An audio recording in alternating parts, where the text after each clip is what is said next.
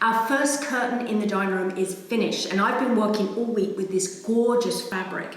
I've also finally figured out how to finish a job that I started a while ago, and we've had an amazing week of finds from the auction, and they were all about tables. It was never intended to be that way, but it just turned out to be a week of tables, and I can't wait to show you what we found. But if you enjoy our videos, don't forget to subscribe to our YouTube channel, The Ladysmith Manor Diaries. Hit the subscribe button on YouTube to ensure that you're the first to see all our videos when they come out.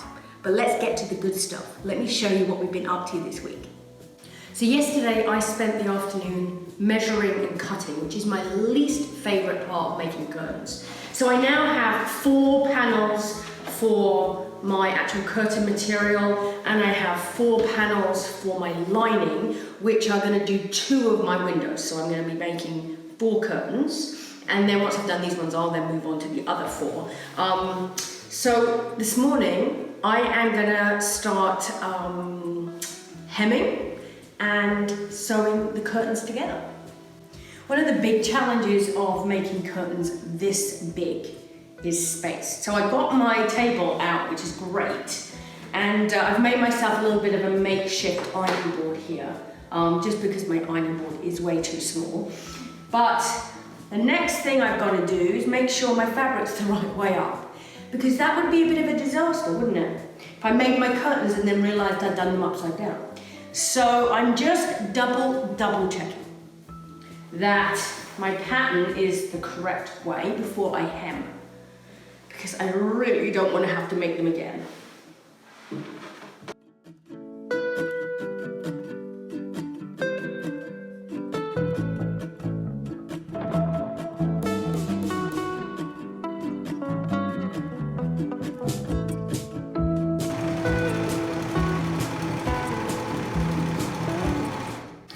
First panel hemmed, looks good. So now it's time to sew my lining, my hem of my lining, so then I can get it all stitched together. One of the things I've discovered in renovating the manor is it's amazing what you can do when you have to. And curtain making is something I've never done before. I've never even sewn before, and I've never used a sewing machine. But we obviously can't afford to get someone to make all our curtains, so it was one of those, okay, I've got to learn how to do it. But what is so interesting is that I think we have so much self-doubt at times that we decide before we even try that we can't do it. And I remember thinking, oh, there's no way I can make curtains. But yet, find a YouTube channel that you can kind of follow the instructions, and suddenly I'm not by any far means an expert. In fact, my curtains are very, very simple, but they're still curtains and they still work. So it just goes to show that sometimes you just have to try stuff.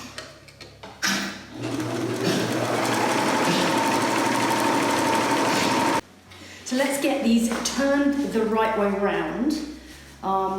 Now we get to, this is the fun part, because we get to see A, whether my sewing worked and it's all correct, and B, what the curtain really is going to start to look like, because it's just so long. It will have this nice wrap around on the edges, which has worked well. So now all I need to do is press it, and I can put the header tape on. So my header tape is now on, and my very first curtain for the dining room is ready to be hung. Now I've only got to just make 7 more, but it's a good start, and I'm excited to see this up at the window. Our entrance hall and reception room feel a little bit like a furniture warehouse right now. We have got pieces of furniture everywhere. We still have our copper tub just inside the front door, but this week we actually picked up some more great deals at the auction. So this week was the week of tables. So these are 3 of the tables that we picked up at the auction this week. All of them are slightly different. They're just really pretty tables. and they're going to be perfect for the pub. I think that, you know, having the different sizes is great. This has to be my absolute favorite though. This is actually a games table, and I love the shape of it, the drawer at the front. It's also got these great legs at the back that pull out, and then it allows you to flip over the top and gives you a much bigger space for people to play games, which is just fantastic. And I think it's going to be really a fun piece to have in the pub. We're going to use it with our antique chess set, so that you'll be able to come in and enjoy playing some games on that. We also picked up another table, which is just outside here. This is another one. This one is probably my favorite in terms of the detail, because it's got some really interesting detail on the legs. And again, that one will go into the pub. And we also found this picture, which it's always nice when you find pictures. First of all, the frame on this one is really just great. So that was kind of the first thing that attracted us. But the picture itself is really lovely too. And it's always nice to get some old pictures that we can put in the house. I haven't decided where this one's going to go yet, but it's a lovely addition.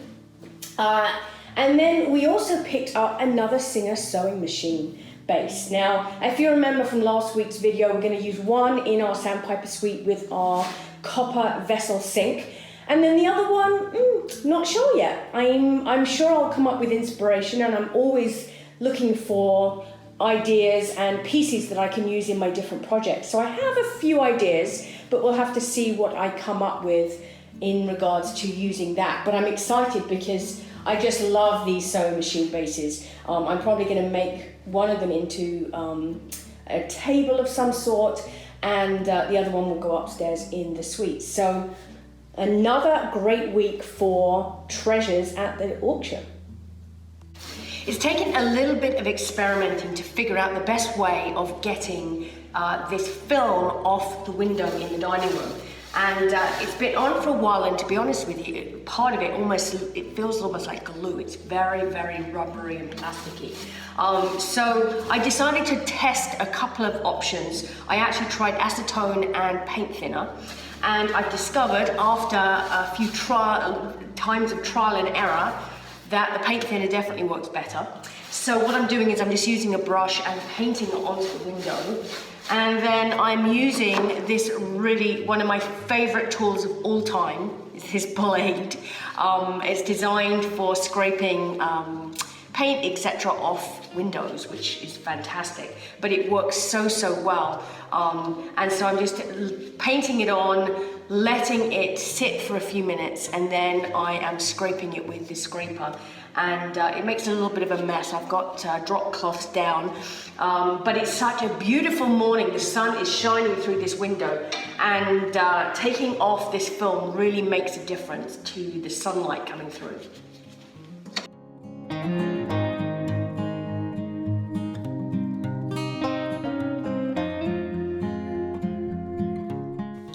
The window now needs a really good clean, both inside and outside, but what a difference it's made just by taking that film off. It's really opened up the window, means there's a lot more light that comes through, so I'm really pleased with how it's turned out.